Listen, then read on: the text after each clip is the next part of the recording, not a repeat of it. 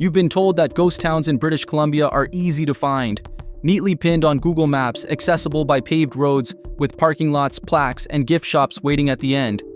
That exploring abandoned places is basically a scenic weekend drive with cell service and a coffee stop on the way back.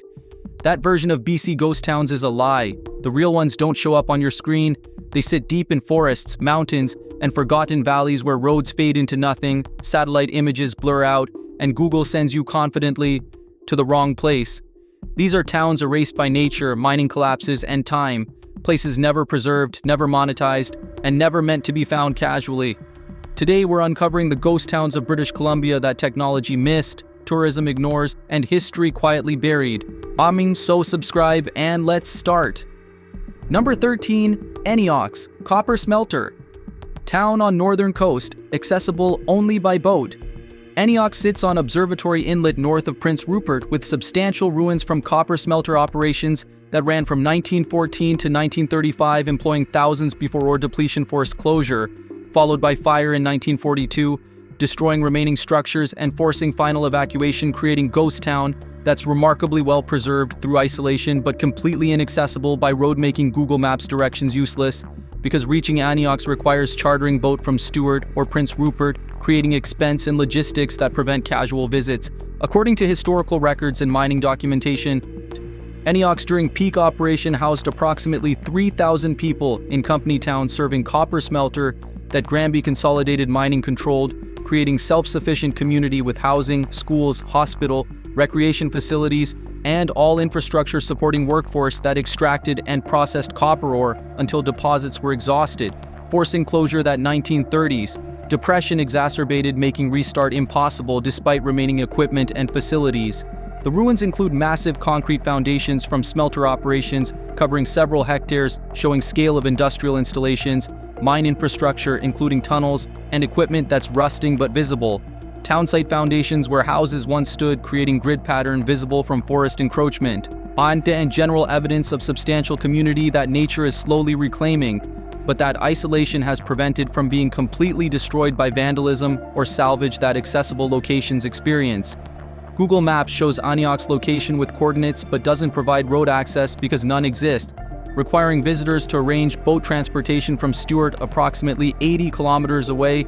or Prince Rupert, 130 kilometers, creating logistics and expense that most people won't undertake, making Annox ghost town that exists on maps digitally but remains inaccessible practically to anyone without boat access, and wilderness skills for exploring industrial ruins in isolated location where help isn't available if accidents occur.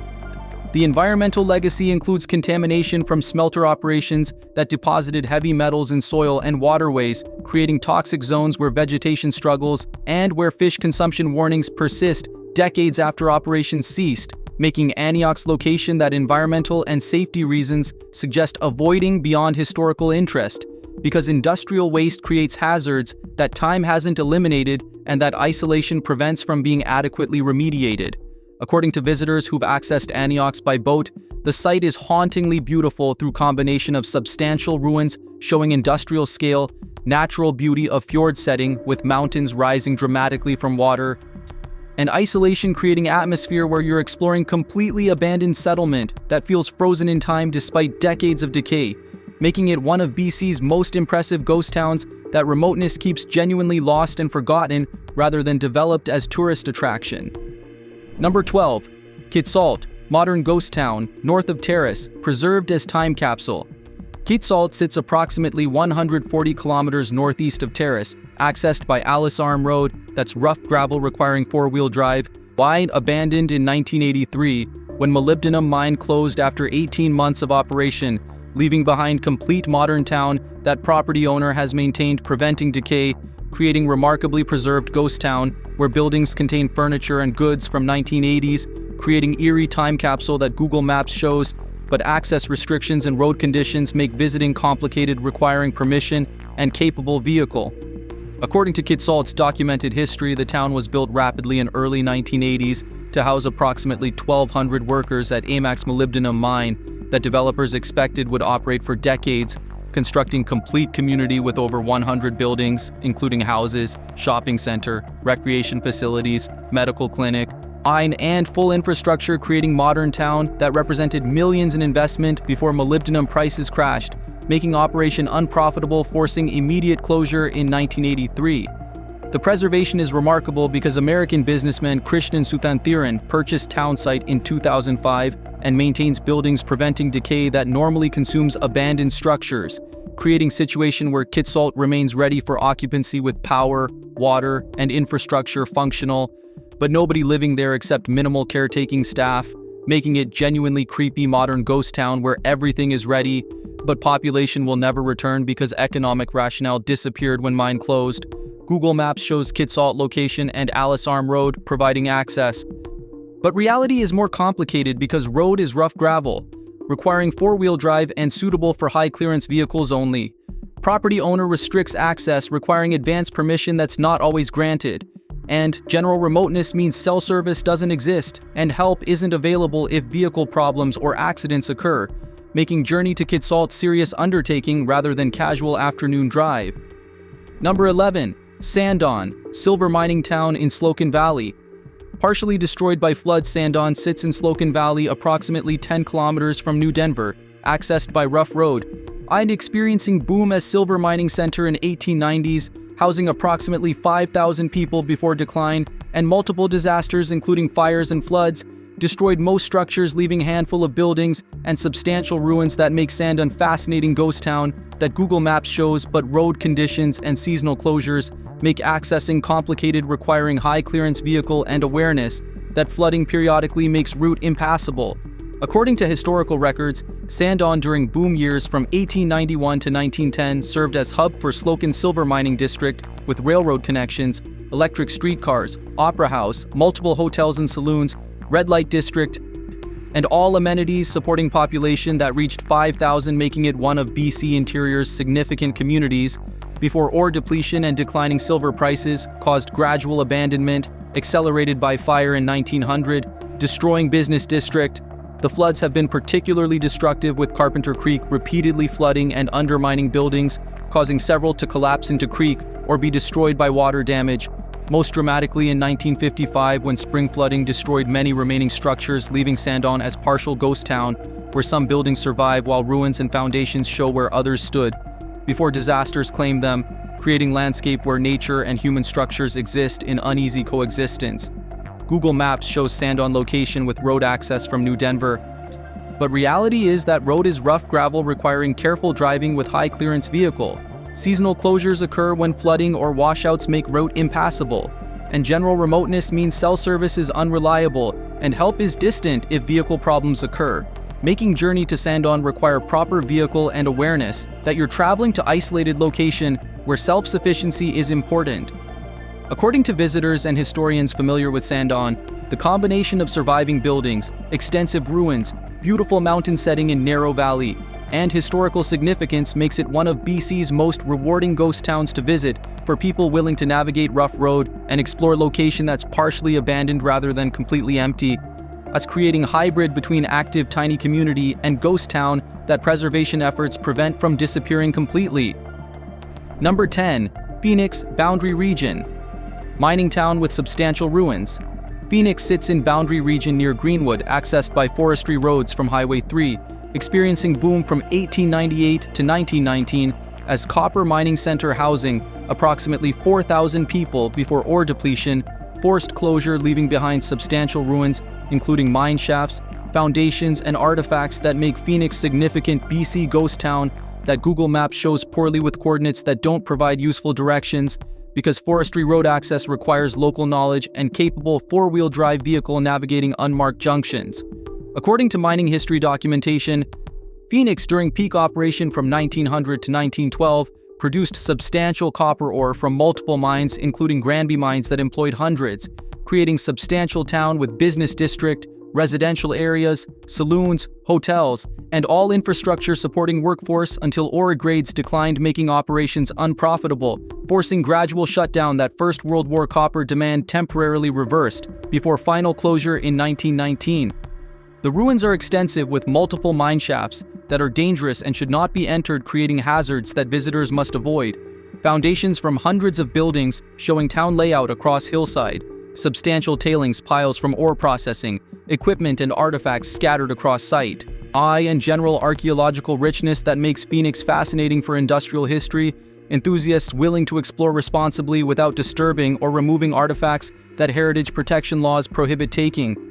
Google Maps shows Phoenix coordinates but doesn't provide clear directions because accessing requires navigating forestry roads from Greenwood or Highway 3 near Midway, with multiple unmarked junctions where wrong turns lead to dead ends or other destinations, making local knowledge or detailed forestry road maps essential for actually reaching site, rather than getting lost on network of logging roads crisscrossing region. The hazards include open mine shafts that are deadly if fallen into, making careful attention to where you're walking, essential particularly in areas where vegetation conceals openings, buying unstable foundations that could collapse if walked on, creating injury risks, and general remoteness where cell service doesn't exist, and help would take hours to arrive if accidents occurred, making Phoenix location where safety awareness and first aid capabilities are important for avoiding becoming casualties. Number 9. Bradian, Bridge River, mining town, accessible by difficult forest road. Bradian sits in Bridge River region north of Gold Bridge, accessed by extremely rough forestry road requiring four-wheel drive and high clearance. Abandoned in 1970s when Bralorne pioneer mines that employed town's population closed, ending mining operations that sustained community since 1930s. Leaving behind buildings in various states of decay that make Bradian fascinating ghost town that Google Maps barely shows and definitely can't navigate you to because road quality and multiple junctions make reaching site genuinely difficult, requiring detailed directions from locals or recent trip reports. According to mining records and community history, Bradian developed as residential community for Bralorne pioneer mine workers, starting in 1930s when mines expanded, eventually housing approximately 300 people in Company Town with school, community center, and housing. That mining company provided, creating self-sufficient settlement that thrived through Second World War and post-war period before declining gold prices and ore depletion forced mine closure in 1970s, triggering rapid abandonment. The buildings include multiple houses in varying condition from relatively intact to collapsed, former school and community center showing institutional architecture, infrastructure remnants including water systems and roads, and general evidence of substantial community that decay is consuming but that hasn't completely disappeared yet, making Bradian time-limited opportunity for exploration before structures deteriorate beyond recognition.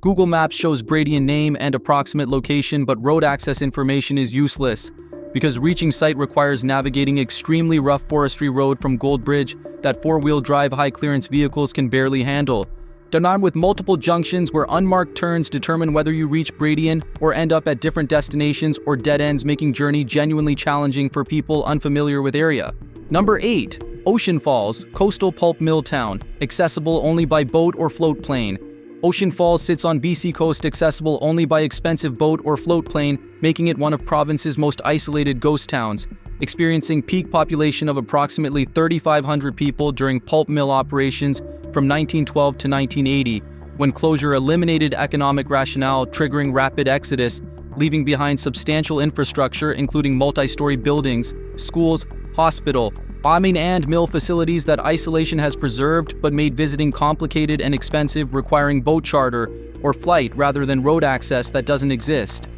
According to industrial history and community records, Ocean Falls Pulp Mill operated for nearly 70 years, producing newsprint and other paper products using timber from surrounding region and abundant rainfall, providing hydroelectric power, creating self-sufficient company town that Crown Zellerbach, then BC government, operated, supporting population that peaked at 3,500 during mid-century before containerization and industry changes made coastal mills less viable than interior operations, forcing closure.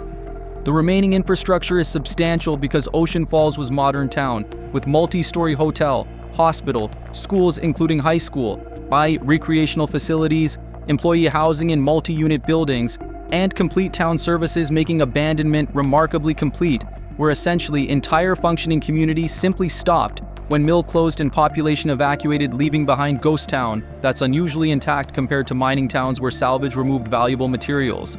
Google Maps shows Ocean Falls location on coast but provides no practical access information because road doesn't exist, making location accessible only by chartering boat from Bella Coola or other coastal communities, creating expense typically in hundreds of dollars, or by float plane from Port Hardy or other centers, creating even greater expense, making Ocean Falls visit require substantial budget and planning rather than spontaneous road trip. Tour number 7, Cascade, Boundary Region.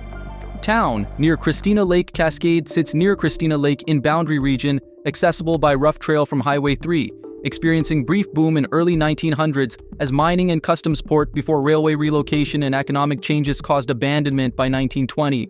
leaving scattered foundations and minimal visible remains that make Cascade ghost town, requiring significant historical imagination to visualize, because decay has consumed most structures, leaving landscape that looks like forest, except to people who know what to look for among trees and undergrowth. According to historical records, Cascade during peak operation from 1898 to 1910 housed approximately 300 people serving as customs port for Canadian Pacific Railway traffic, plus several nearby mines, creating small community with hotels, stores, saloons, and residential areas before railway relocated operations to different location and mining activity declined, making Cascade economically unviable, triggering rapid abandonment.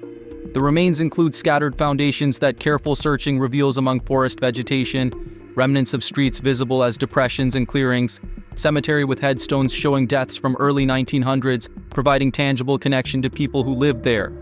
and artifacts that surface erosion occasionally exposes, though removing artifacts is illegal under heritage protection laws, making looking but not taking the ethical approach.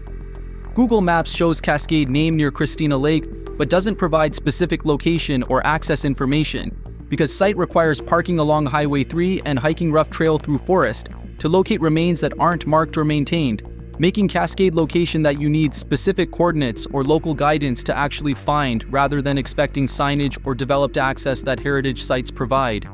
The challenges of visiting include finding correct parking location along highway where pull-offs are minimal, navigating unmarked trail through forest where route isn't obvious, and getting lost is possible if you don't have GPS or good sense of direction, searching for remains that vegetation conceals requiring patience and systematic exploration, and general acceptance that Cascade isn't impressive visually compared to ghost towns with standing structures, making it location that appeals to history enthusiasts who value authenticity over photographic drama. According to local historians and heritage researchers who've studied Cascade, the site's historical significance as boundary district customs port and early settlement makes it interesting despite minimal visible remains, providing insight into how quickly forest reclaims abandoned communities when structures aren't maintained or protected, all but demonstrating that ghost towns don't all become photogenic ruins, but sometimes simply disappear, leaving only traces that knowledge and patience reveal. Number 6. Hedley, gold mining town. Transitioning to residential community, Hedley sits on Highway 3 in Similkameen Valley with active small population, but substantial abandoned mining infrastructure on surrounding hillsides, creating hybrid between ghost town and living community, experiencing boom from 1898 to late 1950s, when nickel plate mine operated employing hundreds before closure triggered population decline from peak of thousands to current few hundred, leaving behind spectacular mine buildings clinging to mountainside above town that Google Maps shows incompletely because infrastructure is off-road, requiring hiking to access.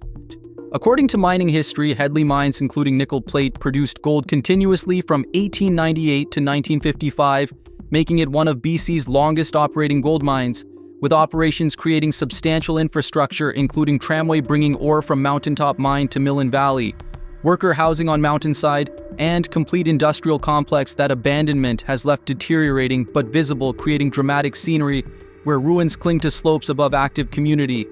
The accessible ghost town elements include Mascot mine site, reached by steep rough road or hiking trail, showing substantial buildings including mill foundations and equipment, mine tunnels that are dangerous and should not be entered but that external structures remain impressive, aerial tramway towers still standing showing route that are traveled from mine to valley floor, and general industrial archaeology that's spectacular visually and historically significant. Google Maps shows Hedley town site and acknowledges Mascot mine area but doesn't provide detailed access information because reaching mine site requires either driving extremely rough four-wheel drive road that many vehicles can't handle, or hiking steep trail gaining substantial elevation, making visit to ghost town infrastructure require physical capability and planning rather than casual stop while driving highway. The active community maintains some heritage interpretation and promotes Mascot mine as attraction, though accessing requires effort that information doesn't always emphasize. On our creating situation where visitors arrive expecting easy access, then discover that seeing impressive mine ruins requires substantial hiking, or having vehicle capable of navigating road that conditions make challenging or impossible depending on weather and maintenance. According to locals and visitors familiar with Hedley, the combination of active small town and spectacular abandoned mining infrastructure creates unique situation where you can appreciate both living community and ghost town elements, making Hedley worthwhile destination for people interested in gold mining history and willing to hike or drive rough road to access mine site rather than expecting everything to be roadside accessible. Number 5. Wells, active heritage town, with ghost town feel and nearby Barkerville. Wells sits in Caribou Mountains with small active population but atmosphere and proximity to Barkerville, creating ghost town associations, experiencing peak population during gold mining era, then declining to near abandonment before artists and heritage enthusiasts gradually repopulated, creating quirky community that isn't technically ghost town, but feels like one through isolation, aging buildings, and general character that Google Maps shows with basic information, but doesn't convey atmosphere or explain that Wells serves as gateway to Barkerville, making it location where knowing context enhances visit beyond what digital mapping provides. According to community history, Wells developed in 1930s when Caribou Gold Quartz Mine operated, employing hundreds, creating town that peaked at approximately 4,500 people during Second World War, when gold mining was briefly prohibited, then resumed, before declining production forced closure in 1967, triggering exodus that reduced population to fewer than 300, making Wells nearly ghost town before gradual revival. The current population is approximately 250 permanent residents who've chosen Wells for affordable housing, artistic community, access to outdoor recreation, and general lifestyle, prioritizing quality over career opportunities that isolation makes limited. On creating demographic that's unusual and creating community character that's quirky and independent rather than conventional small town where everyone knows everyone but social dynamics are distinct. The heritage preservation and artistic focus make Wells feel like living museum where heritage buildings house galleries, studios, and small businesses. Historic character is maintained through building regulations and community values, and general atmosphere is frozen in time, creating ghost town feel. Despite community being alive and active, though in ways that modernity and growth don't characterize, making Wells interesting hybrid. Google Maps shows Wells with basic information and road access from Quesnel, approximately 80 kilometers away on paved highway, while making it accessible ghost town compared to truly remote locations. But information doesn't convey atmosphere or explain relationship to nearby Barkerville Provincial Heritage Park, making Wells stop for people visiting Gold Rush tourism destination without realizing that Wells itself is interesting community worth exploring beyond just overnight accommodation. According to residents and regular visitors, Wells combines affordable mountain living with artistic community and ghost town aesthetics, creating appeal for people seeking alternative lifestyles away from mainstream urban culture. Though isolation and limited employment make Wells viable only for people with remote work, retirement income, or acceptance of very modest material circumstances that low cost of living enables. Number 4. Three Valley Gap, highway stop with ghost town theme park. Three Valley Gap sits along Trans-Canada Highway near Revelstoke, operating as roadside attraction with heritage buildings relocated to create ghost town theme park, making it completely different from authentic ghost towns. But worth mentioning because travelers searching for BC ghost towns might encounter it and should understand that it's commercial attraction, created by moving buildings from various locations to create tourist stop rather than preserving structures in original locations where historical context would make them meaningful beyond photo opportunities and gift shop sales. According to attraction's own information, 5 buildings were relocated from communities throughout region and assembled at Three Valley Gap, creating concentration of heritage structures in theme park arrangement where context is lost, but concentration creates visual impact that tourists appreciate, despite historians and preservationists criticizing approach that removes buildings from historical sites where they contributed to understanding places rather than creating artificial assemblage. The commercial focus includes admission fees, hotel, restaurant, and gift shop making. Three Valley Gap roadside business using heritage buildings as draw rather than preservation effort, prioritizing historical integrity or educational value beyond basic interpretation that commercial interests require, maintaining tourist satisfaction without challenging visitors or requiring them to engage deeply with history beyond superficial appreciation of old buildings. Google Maps shows Three Valley Gap clearly with directions and business information, making it accessible stop along Trans-Canada Highway that travelers can visit easily, unlike remote, authentic ghost towns requiring effort and planning, creating situation where many people experience Three Valley Gap as BC ghost town when it's actually theme park using relocated buildings to create commercial attraction. The criticism from preservationists includes concerns that moving buildings destroys historical context that makes structures meaningful beyond architecture, that commercial focus prioritizes profit over education or authentic preservation, and that Three Valley Gap represents approach to heritage that's entertainment-focused rather than history-focused, making it problematic model for how ghost towns and heritage structures should be treated when alternatives preserve sites in original locations. Number 3. Bradian, revisited for detailed access information. Bradian merits detailed second entry focusing specifically on access challenges that make it exemplary case of BC ghost town that Google Maps can't navigate you to despite showing location, requiring extensive forestry road descriptions that demonstrate why reaching these places means using traditional navigation rather than expecting digital mapping to provide solutions when road quality and junctions make GPS coordinates alone insufficient for successful journey. According to detailed access descriptions from recent visitors, reaching Bradian from Gold Bridge requires taking Gun Creek Main Forestry Road north, navigating multiple unmarked junctions where choosing correct branches determines whether you reach destination or end up lost on network of similar logging roads, crisscrossing region, driving extremely rough road sections that high clearance four-wheel drive is essential for navigating without getting stuck or damaged. Barn and general navigation that BC Forestry Road Atlas or GPS with forestry road data provides better than Google Maps. The junction navigation includes specific distances and landmarks that written directions provide, but that Google Maps doesn't show because forestry roads aren't mapped with same detail as public highways, requiring travelers to note odometer readings, watch for specific features like creek crossings or distinctive clear cuts, and generally navigate using old-fashioned techniques that GPS alone doesn't replicate when satellite imagery doesn't show details that ground-level observations reveal.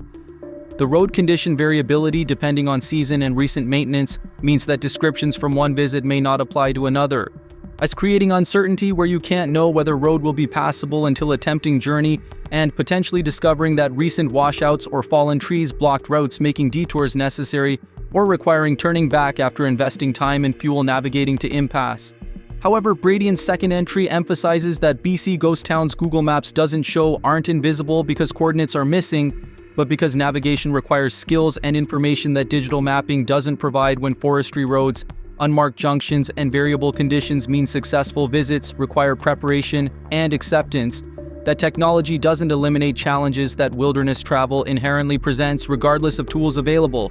By the way, if you are liking this video, subscribe.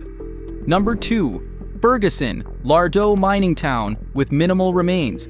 Ferguson sits in Lardo region north of Cascade, accessed by rough forestry road, experiencing brief mining boom in early 1900s before rapid decline left minimal remains that forest has largely reclaimed, making Ferguson ghost town that exists historically and on old maps, but that visiting reveals almost nothing visible beyond scattered foundations and cemetery, making it location that appeals to hardcore ghost town enthusiasts who value authenticity and historical research over photogenic ruins. According to historical records, Ferguson during peak operation from approximately 1900 to 1912 housed several hundred people serving nearby silver lead mines, with town including businesses, hotel, newspaper, buy and residential areas before ore depletion and transportation challenges caused rapid abandonment that structures couldn't survive through decades of neglect and forest reclamation. The remains are minimal, with cemetery being most obvious evidence that community existed, scattered foundations that careful searching reveals among dense vegetation, and general landscape that looks like forest except to people who know historical layout and search systematically for traces that trees and undergrowth conceal, making Ferguson location where you need historical maps and archaeological eye to find evidence that cursory exploration wouldn't reveal. Google Maps shows Ferguson name and region, but doesn't provide specific coordinates or access information because site isn't marked, and reaching it requires navigating rough forestry roads from Cascade, then searching forest to locate remains that aren't obvious or concentrated, making Ferguson genuinely difficult to visit successfully without research and local guidance. Number 1. Bralorne, active mining. Town transitioning back to ghost town status.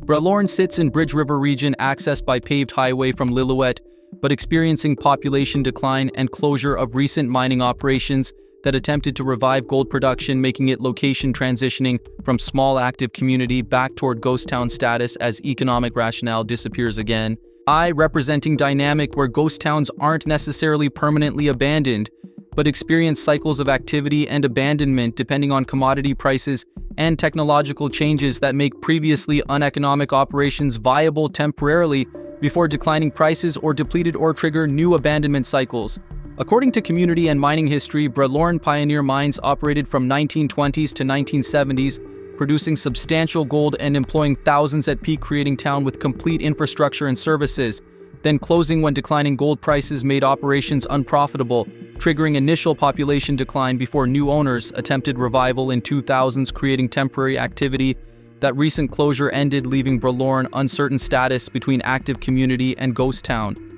The current situation includes small remaining population of long-term residents who stayed through boom and bust cycles, plus newcomers attracted by cheap housing and mountain location, creating tiny community maintaining some services and businesses, but experiencing ongoing decline as recent mine closure eliminated employment. That temporary revival created, leaving Bralorne facing reality that without economic rationale, population will continue declining toward ghost town status. Google Maps shows Bralorne with highway access and basic information, but doesn't convey transitional status where community hovers between active and abandoned, creating uncertain future where residents hope for mining revival, while accepting that history suggests permanent decline is more likely than sustained prosperity, making Bralorne location experiencing slow motion transformation toward ghost town that visitors can witness and process. Subscribe if you've learned that BC's ghost towns exist in spectrum from completely abandoned to transitionally declining, that Google Maps shows some but can't navigate effectively to most, and that visiting these locations requires serious preparation beyond expecting digital tools to eliminate challenges that wilderness and remoteness inherently create regardless of technology available.